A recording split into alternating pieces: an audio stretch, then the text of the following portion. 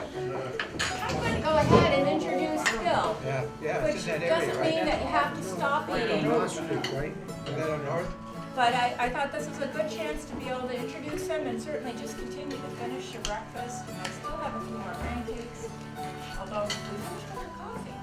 But we're really very glad to be able to welcome you back because we really enjoy having that Well, opportunity. I enjoy it, so I'm glad.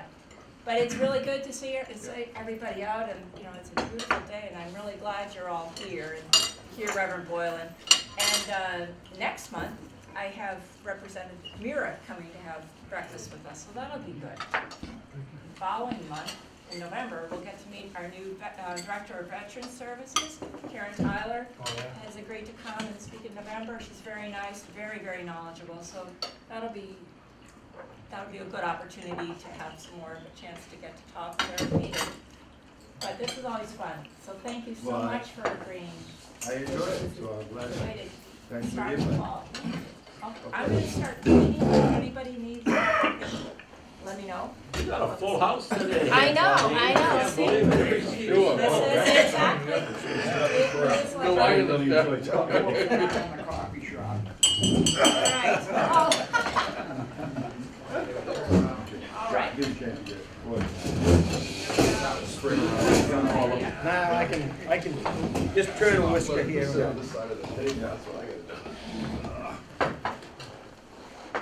When I think about this morning, it's in the light of the fact that I'm approaching 50 years at the Byfield Church. I'm over, in my 47th, so that's a long time. When the Puritans came here, that was expected. You didn't go anywhere as a temporary pastor in Puritan time. If they called you, you stayed, you died, and the next person came. And that's just the way it was. The pastor here at the first church, which I want to say a little bit about because I want to argue that it wasn't exactly the first church. But beyond that, I mean in Georgetown. But beyond that, Chandler, who came here in 1732, I believe that was the day he came in, the founding of the church. He was here 57 years. I've been 47 now at Byfield. So, and in fact, now I'm the longest serving pastor of that church, which has its own long history of over 300 years. But why I want to focus on Byfield today is, and I want to be really clear, it's about Georgetown, not about Byfield as such. There's a lot of misunderstanding anyway. I've heard it over and over again, where it's thought that Byfield is something of a town. It's not. Byfield is a section of Georgetown. Now, the unique thing about Byfield is it's also a section of Newbury, and it's also a section of Rowley. And that's what makes it confusing. But the church itself is in Georgetown. And all my legal matters that, when I sign a wedding certificate or what have you have to file it with the town clerk, is all done through Georgetown. And our children went to the Georgetown schools. That's where our kids graduated, here in Georgetown. So I say that because it's confusing or something. I think that I'm talking about someplace else. No, it's Georgetown. It's the Byfield section of Georgetown where the church is, where we live, and there is another section, Newbury section, is where Governor Dummer Academy is. And then if you go to the Rowley section, you're down at Long Hill. And that's all Byfield. Byfield is basically a big circle about 2 miles in every direction from the old church door. You stood there and you go 2 miles in every direction, that's Byfield. But when the church began, people way out here were going to the church. Spoffords came to Byfield. They didn't want to go all the way to Rowley. Now, why I wanted to be clear on that, because I do want you to realize that it is a Georgetown church. But I want to talk a bit about this because of 2 reasons. One, because I know a lot about it, because I've been there so long.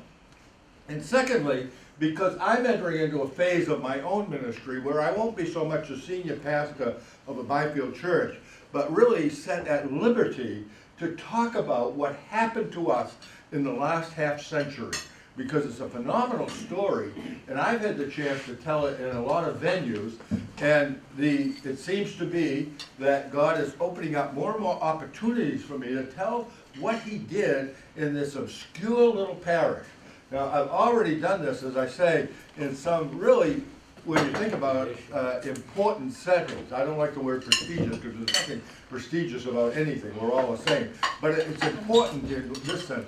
I delivered a paper in 2007 at Oxford University on the Byfield Parish Church and the forming of the American mind.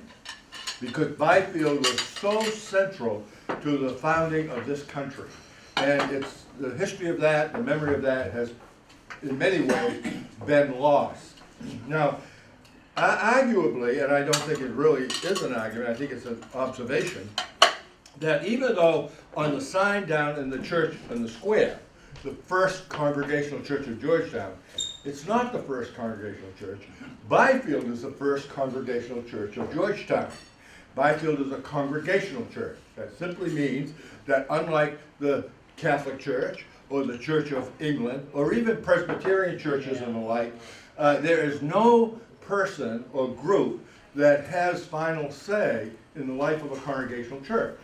The reason for the name is because the congregation gathers. They hear the issue, they debate the issue, they pray about the issue, they search scripture in the light of what God said about the issue, and then decide together as to what they are or the church is to do. So there's nobody that rules the church. The church is ruled hopefully by Christ through the congregation. And that's where the name congregational comes from. It's important to America because what happened was that this congregational principle morphed over into our culture. And so if you had a church meeting, well, you also had a town meeting. If you voted your pastor in, you also voted your selectmen in. And really, the roots of our freedoms and our liberties came out of these churches that were seeking exactly that. They didn't want to be under the thumb of the kings. They didn't want to be under the thumb of the Pope. They wanted to be under the thumb of the Lord through what he revealed in his word. And that's why they came here. And our folk up here, north of Boston, the Massachusetts Bay Colony, were very different than most of the colonists that came to America. For instance, the Virginia colonists that came over in 1609, we arrived here in 1630. Pilgrims came to the south in 1620. Most of us know that because we celebrate Thanksgiving. But our guys came in 1630. But when the Virginia folk came over, they came over particularly to make money for London, for the investors. They were a colony established to create wealth. Our colony is very interesting because the Massachusetts Bay Colony arguably is the root of the American experience.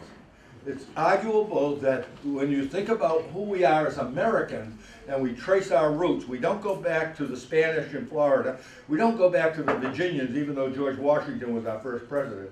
We go back to this landscape right here and the people who settled here. And they came here with the belief that God had called them to use the wealth they expected to be given, and that they would use that wealth to show God's glory off by the way they loved one another with it. And that's how it all began. It began with a boatload of people, with our first governor, John Winthrop, who preached a sermon to them called A Model of Christian Charity. Most people don't know that sermon exists, but everybody around here knows the famous phrase in there when John Winthrop said to these, 120 people sitting out bobbing in the water out here off Ipswich somewhere or off Gloucester, we don't know exactly where, maybe Salem. And he says to these folk on his boat, they had no cell phones, by the way, this was 1630. There was no way, there was no satellite system. And he says to these people, God has called us to be a light to the world and a city on a hill. Can you imagine what they're thinking when come on, we're 3,000 miles from home. Nobody knows where we are. We haven't even dug a hole in the ground yet so we can get shelter. And you're telling us we're going to be a light to the world? If you've been here before, you've heard me tell us that's phenomenal what actually happened. So he says to his people listening, and I'm sure he's reading their minds, and they're saying, come on, I know we're here to worship freely, I know all of that, but aren't aren't you a little bit exaggerating the issue? You know, come on. And he said, okay. Now, I'm speaking for him. If you read the sermon, you'll find it there, but he didn't say it exactly the way I'm saying it. But he said, come on, okay, you don't believe me? If God has called us to do this, then he has made a covenant with us.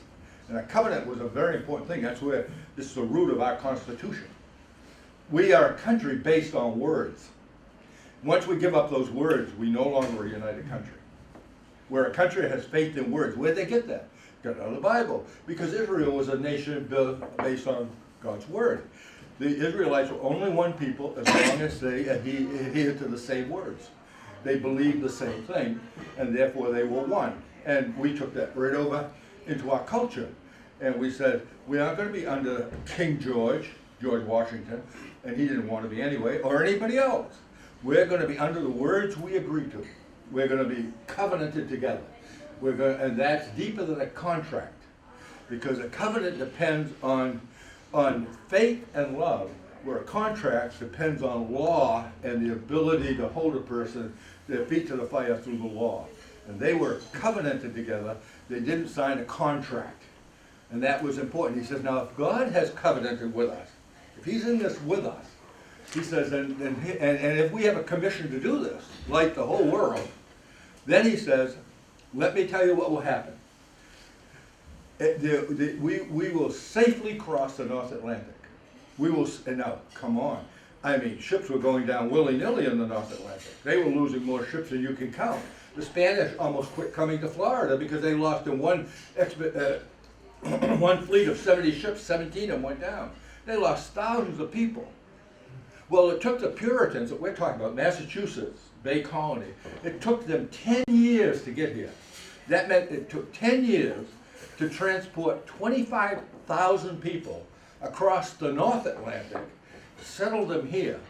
And therefore we're totally different in a way than the Plymouth people. Plymouth was one half of one church. 102 people left on the Mayflower. 50 survived the first winter.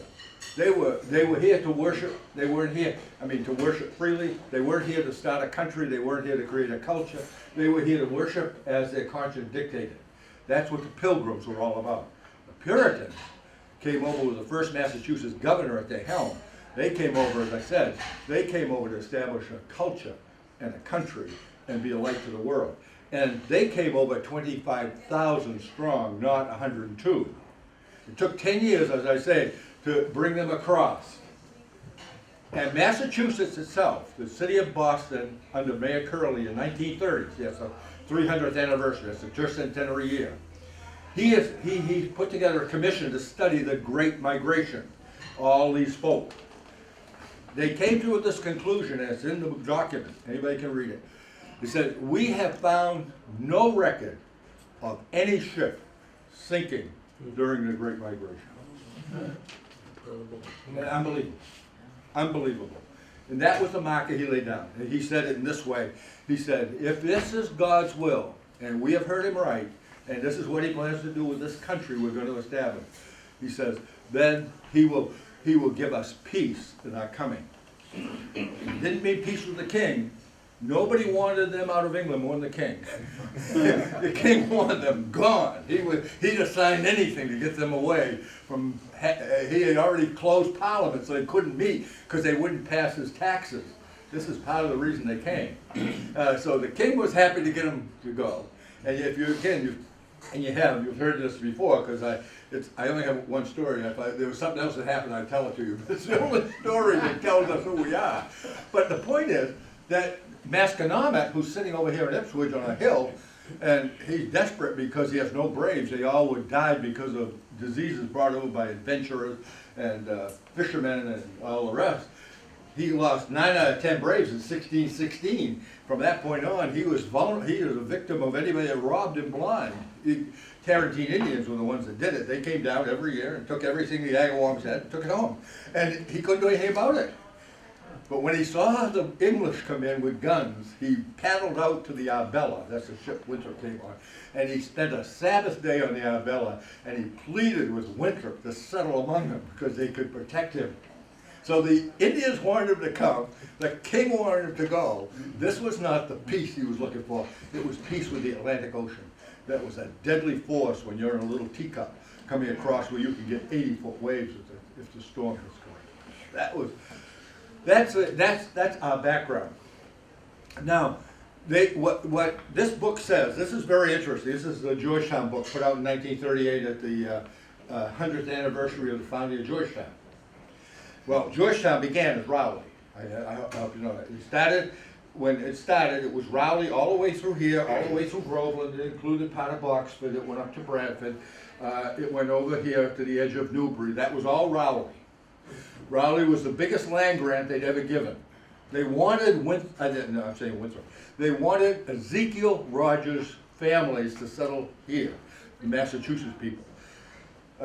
In a sense, the Rowley people under Ezekiel Rogers was the pastor, and then he brought 19 families with him. I believe it was 19. They were clothiers. They made cloth. They were able to give you a material that wasn't just homespun. They were fullers. And the first fulling mill in North America is in Rowley, on the edge of, but it's in Byfield. I mean, it's in Byfield Parish on the Newbury side.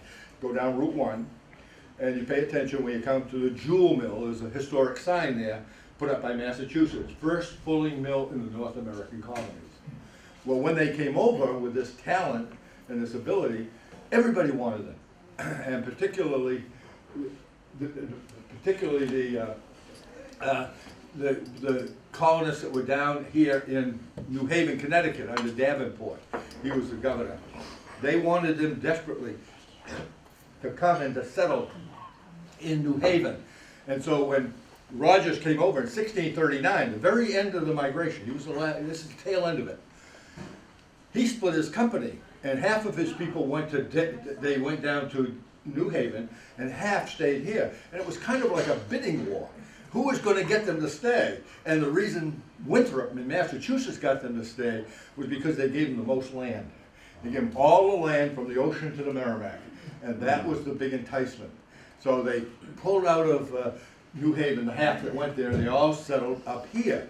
And so Rowley was really a gem among the towns of the colony.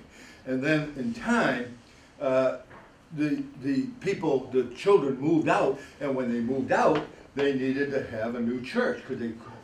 Yeah, I was curious, when you say they were given the land, what organization or was participating or distributing this land? Well, nobody knows for sure, but I talked a lot to, do you know George Bradstreet that was over in Rowley? And Bradstreet has a land grant.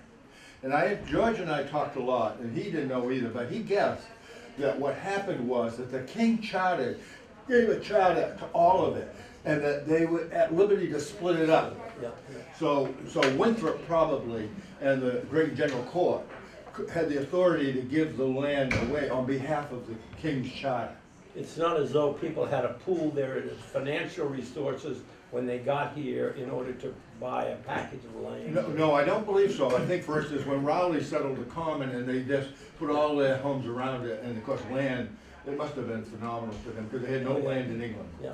I mean, when you were back in the old country, land was your wealth. If you were an aristocrat, you owned land, you owned an estate. Here, the people who were in power, the people who owned estates, the people that had land or landed aristocracy, they weren't the migrants. Why would they want to come to a new world? They owned the old world. They didn't want to come over here.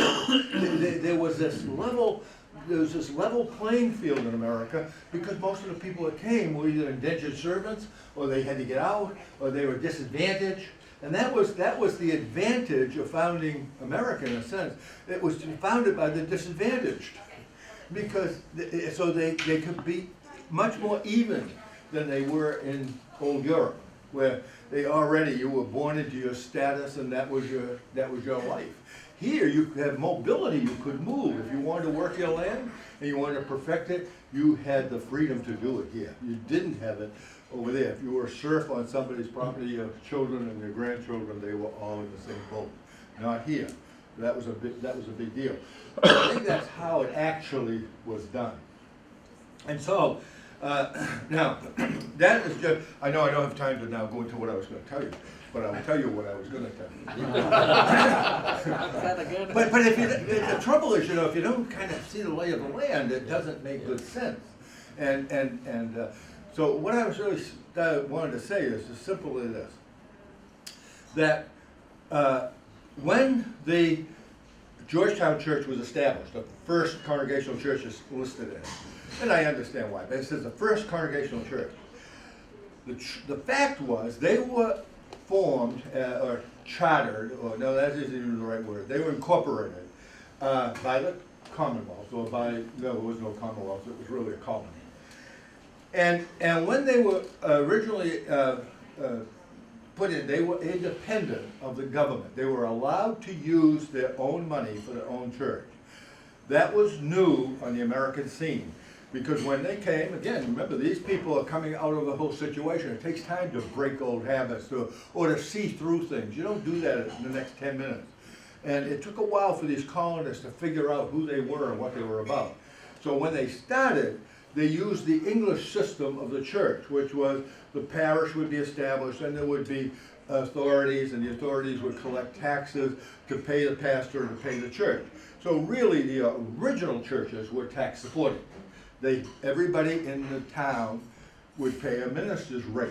Didn't matter, of course, they were all agreed because they came here because of their religion, so it wasn't a big issue.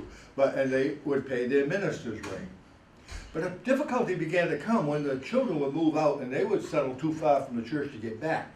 And they wanted to build their own church because it was a law that you had to go to church. And by the way, this is another whole subject. Maybe it's one I should have taken this morning because of what's going on in our country.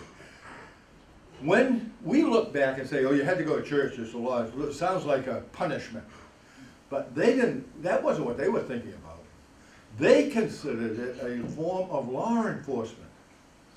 They considered that if you put a person under the hearing of the gospel, they are much less apt to be criminal, or to be hateful, or to need, and we didn't have a lot of prisons for that reason. Stocks and pillories would shame somebody for a couple of days, but they didn't, but their reason, among others, I mean, they did want to spread their faith, I don't want to deny that, but one of the reasons was because they felt that a person kept under the hearing of the gospel would be a different kind of person. And therefore, law enforcement was a matter of not legalism, but love of God, which changed the character and afflicted the conscience. And that's what they depended on in order to preserve their society and promote it. So when these people moved out to places like New Rowley Commons, Center, which this was, Georgetown was originally, you needed a church. You can't get back to Rowley. It's 4 miles in a winter and an ox cart, and how are you going to do it? So they needed their own parish church.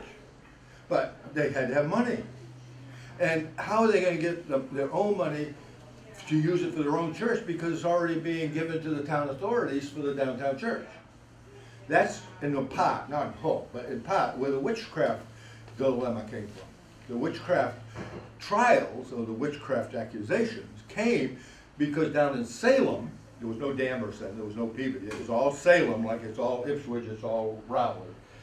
Salem Village, which is a way of saying Salem Parish, these people wanted to use their own money to support their own pastor and keep up their own meeting house out in Salem Village. It's present-day Danvers. The church is still there. If you go down Center Street, you're heading down toward, what is the shopping center down there below the North Shore Shopping Center, the other one? What is it? Liberty Tree. Liberty Tree. Well, if you go on Center Street, that church, that congregational church, is where the witch trials happened. And if you go behind it, you'll see a massive monument they put in there at the 300th anniversary of the witch trial in 1992. And in fact, the writer of the Crucible there, Miller, was here to dedicate that. Well, you can see how far, if you know you're there, and you think about where Salem is, that's how far they had to go to church. So they wanted their own church. But Salem wouldn't release the monies. So they're paying their own pastor, keeping up their own building, and sending their minister's rate, their taxes back to Salem. They got angry. And the people who were living toward the North Shore Shopping Center, that was the Ipswich Road, 1692, they didn't want to rock the boat because they were business people, like the nurses and the Proctors. Proctor House was back there in the early 1600s. John Proctor's Anybody ever eat there? I went there on my high school graduation after prom. I went to the Proctor House down in, it's down behind the North Shore Shopping Center on Lowell Street. Yeah, it's an old, but John Proctor got hung as a witch. And his wife would have if she was pregnant. They wouldn't kill the baby. Yeah, that's very interesting. And the nurses were out on the same road up towards Sullivan Street in the, what is it, the Sylvania plant. The historic house is still there in Danvers, the nurse house. And she got hung. And the people along Ipswich Road were accused by the people on the other side of the parish, out on Route 1, where Putnam Pantry is. The Putnams were the accusers, Ann Putnam. And they were mad because they wanted their taxes alleviated, but the people on the other side of the parish maybe wanted to give up the money, but they had a lot of it because they were getting money off the triangle trade that was coming into Salem, and they were rocking the boat. So they wouldn't stand with their friends on the other side of the parish. And it's very interesting that when the accusations came, this side of the parish accused that side of the parish. So that idea of the minister's rate was very important. But Byfield, if you read the sign, you go to Byfield, Georgetown, on the Byfield side, and you look at our church sign, you'll see on our church sign it says, First Independent Congregational Church in America. It's on our sign. Because this was the first time that the minister's rate was suspended, and at least half of it, and they could use their own money to build their own church. So in a sense, the Byfield Parish Church was the first one not built by the government. It was independent. And it says in this record that when Georgetown First Church, as they like to call it, was founded, they were also independent too. So Byfield started a trend. They started a trend toward independency within the churches at that level. Now, I will, maybe in the years to come, hopefully I enjoy these, and maybe next year, if I'm asked back, go on with some of this. But let me just tell you in a nutshell something about Byfield. Since it's a Georgetown church, since it's the first independent church in America, it's the first church in Georgetown. We were the first church in Georgetown. Our cemetery is historical for the Georgetown Historical Society. Right? Yeah, because we're Georgetown. I didn't know if I. No, well, nobody's come, so I yeah, you have to be careful with me because I don't have to go to 4.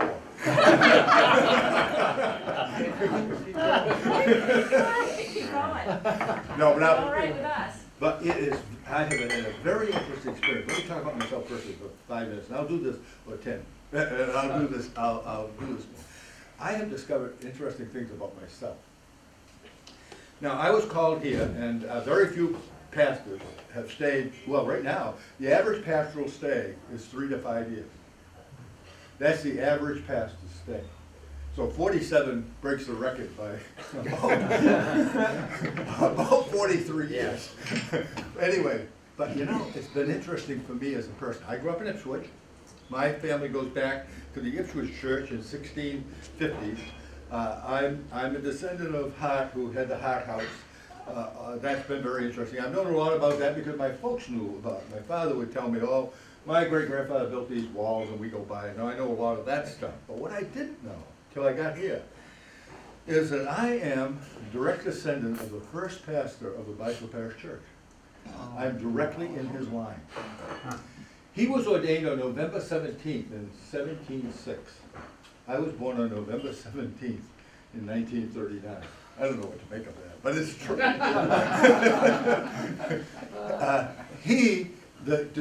Chandler, who was the pastor of this church, first pastor, married the daughter of the first pastor of the Byfield Church. So I'm also connected in family terms to the first church at Georgetown through Mary Hale, who was married to Chandler, James Chandler. So that's interesting. When I was called to be called to Christ, who came in 1961, the last Friday of August in 1961, but my call to minister came that little later that summer when I was reading my Bible, and the Lord lifted words right off the page. He might as well have driven right into my soul. And it says, "Son of man, I've made you a watchman for the house of Israel." A watchman. If any of you know my story, I was a Christian because I was a failed watchman in the army. Oh. Isn't that interesting? I failed, and so I'm not proud of it. But I was young and foolish and arrogant, and all the things you are when you're 20 years old. And the Army extended my, without my, they didn't ask me, they extended my term of service for a year. I was really upset. And I was guarding Nike Hercules surface-to-air guided missiles with nuclear capacity. And I went to sleep. I think in my mind, here's what I thought. Because when you're young and stupid, you think things like this. I thought, well, we're out in the desert, 40 miles in New Mexico. Officer Day will never come. He'll never know, and I'll make my stand, you know. He came. and I was to report to the battalion commander in the morning. And I didn't think he wanted to have a chat. I think he read the report of the officer of the day. And it was in with the guys that would finish up their term from World War II. Remember, this was 1961. They're going in 41, and so they were fighting World War II in Korea. These guys were not happy campers. And I went in terrified. I thought the rest of my life will be spent at Leavenworth. That's what they all shoot you, peacetime, but just about. And I thought, I'll be at Leavenworth the rest of my life. And I really was convinced. I went in, and about where you're sitting, the sergeant major of the battalion had the record. He read what I had done. He said to me, "Is this true?" And I'd been in 3 years. So I knew not to say, well, let me explain. I figured the best thing I could do was answer the truth. I said, yes, sir, yes, sir. And he said, fold it over, he put it over here, and he said, I want you to get out of here, and I don't ever want to see you again. I was thunderstruck. I couldn't believe it. And I didn't argue. I said, yes, Sergeant, again. And I did an about face, went out his door, went out across the corridor, went out the next door, and my foot hit the top step of battalion headquarters. I heard a voice as clear as anybody else's say, you asked me and I've just answered you. Life changed. That was it. You're up. That was it. My call to ministry came through Ezekiel. Son of man, I've called you to be a watchman. What an irony that God would prove to me what he wanted to show me. I know now. I didn't know then. I was still young, stupid, and all the rest of it. But I know now what he was doing. He said, I showed you what will happen if you do this in your own strength. You'll end up at Leavenworth. You do it in my strength. You see what I can do with you as a watchman. Forget trusting yourself. You've tried that. And you know where it's gotten you. About nowhere. So that's what happened to me. I find it outstanding that you can stand there and your mind must be unbelievable to recall times, dates, figures, and everything. You're an incredible speaker. I just, Yes. it's unreal. I don't know how you're able to retain all that. Well, To get my hand on that blue book that you had there, has that ever been printed? Is Yeah. it? oh yeah, it's online. Can we get that republished it show? in the Historical Society, republished that in a soft cover. We got to sell Especially that if you one. get the hardcover. Yeah. Yeah. I don't think it's brilliance, I think it's interest. I am interested. I'm excited about the things I'm telling you excited. It excites me to learn. I love to learn. And I think that's what it really is. Yeah, because I was trying to remember Secret of my... good aging, right there. What's that? A secret of good aging, Yeah. right there. The problem is, Interest I was trying to remember my wife's name. I watch, my wife gave, we got married. 15 to 16, we got married. Yeah. So anyway, when Hale came to here as the first pastor, and you can read Don Lewis Yule's books on Byfield, and also I think he's online. He points out a number of things that are very interesting. One, that Byfield had this enormous role in government because the governor of the colony lived in Byfield. That's why it's Governor Dummer. And he goes on through a series, I can't enumerate them, but a series of things that were true in that first era of founding that Byfield Church, which was the first independent congregational church in the Anchor. And now I'm 47 years into my experience, so I'm looking back over my own call, and it's amazing how it fits with Ezekiel's. Amazing from my original call. And the church was maybe 10 people in attendance when I came. Couldn't beat budget, hadn't been budget since 1833. 1833 is when Massachusetts stopped that minister's rate. And as soon as people had to voluntarily give, they stopped, and the churches went, a lot of them, staggered around. And, well, anyway, I get into, I can't get into details, so we don't have time, but the point is, very interesting to me. My term there has broken down to seven segments of 7 years each. They're identifiable. I'd have to go into it to explain it to you. But the first segment was miraculous. Joe can tell you, people were warned in other churches, don't go to Bible, it's crazy. There's something happening. Right, Joe? Absolutely. Well, what was happening, and we didn't do it, it wasn't our fault. God kept doing it. We have a miracle on the level of the New Testament almost every week. One of the ones that they really said, no, now stay away. I came back one day, and this dog puppy going across the street was born blind. We all knew it in the neighborhood. He was a little blind puppy, and the family let it go. So we all said, well, we're gonna find it dead in the street someday, because people don't go driving up and down Central Street here. This is a blind puppy. I pulled in one day, and the puppy's by my left front wheel, my driver's side wheel. I was getting the mail. My wife is in the car, and we had a little dog, a little chocolate poodle. So when I moved the dog over, now this was no great religious experience. I didn't have an altar or anything. I wasn't wearing any vestments. I just was getting my mail. And I moved the dog over, and I cut my hands over the dog's muzzle. And I said, look, would you give this dog its sight? And I set it down. And I got the mail, went up the driveway, and our dog got out of the car. By now, the little puppy's up the driveway. We had one of these cookers, the old fashioned, you know, the rotisserie with the 3 legs and the bars that hold him steady. And our dog couldn't wait to get out of the car. He starts to run, and the little puppy's behind him, and he jumps the bars. The little puppy jumps the bars. I said, Mary, look at that. I took it across the street to the little boy that owned it, 8-year-old. He says, did you fix it? You could see it as well as you and I. It happened instantaneously. And it happened over and over. Oh, no, puppies. That was unusual. But this type of thing happened for 7 years. Wow. And it turned our whole church around. By the time we got through that 7 years, we began to think about having to build a new building because so many people were coming. So much was happening. The second segment of years, I was on the national, I was asked to serve a national role in renewing the denomination of 5,000 churches. And then that led me to a White House experience. I was invited to the Reagan White House every other month for years to be briefed on all moral policies in light of, you know, what he was facing as the president, as the government. I mean, I got to meet with all of his cabinet. I knew Ed Meese very well. I asked Ed Meese to come and speak when I was also president of the Gordon Cornwall alumni. And I asked Ed Meese one day out of the White House, I said, would you speak for us? He said, sure.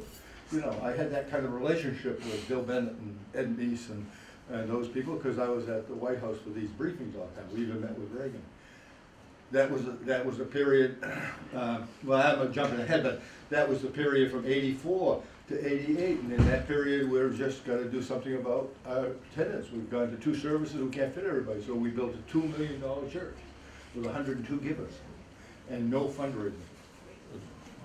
We gave up fundraising the first year I came. We said, look, if God can't supply, as he promised, then let's not encourage other people to believe it. If we can't do it, let's not preach it. So we did. We dropped all fundraising. We said, give according to your conscience. Whatever God gives you to give. We have not been under $500,000, sometimes $100,000 just for mission, in 20 years. We have no fundraising. And Joe can testify that because he goes there every Sunday. None. But we built that church, opened it in 88. The next step was radio. I've been on Boston Christian Radio for 21 years. The Shield we broadcast to is 7 million people. And wherever I go, the people in churches mostly, know that. And it's just been phenomenal. And now, I'm coming now to the end, obviously. You only live so long. Who knows what the future holds. But the idea is with the church that, you know, this is an incredible story. People don't know anything about it, isn't it? It absolutely is incredible what he's done with this little first independent congregational church in America. I have a suspicion that it's going to be used somehow, some way, to bring Americans back to their senses about why we were an exceptional country. We are not exceptional people, we're the run-of-the-mill people. Human beings are human beings wherever you find them. We take exception with the way the world runs itself. That's where we are exceptional. We took exception with the way the world works. and said, no, God is in charge of this world, and if we listen to him, he will lead us. And he'll do that for a nation as well as he'll do it for a church. But if you don't do it as a church, you have no right to say it to a nation. We could have got this guy signed up for the Council on Aging, so Pauline, get your facility there that you What can we need. do about a senior center?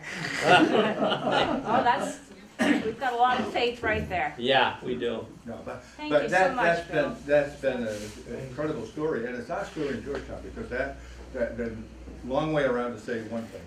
The Byfield Church is not another town's church. It is Georgetown Church, and it is the first church of Georgetown, and it's the first independent congregational church in America, which I think is a clue to the fact that God may, he likes to do these kind of things, go back to the way things began and restore it. But not for its own sake, but for the sake of everything that came from it. All right. Excellent. Thank you so much.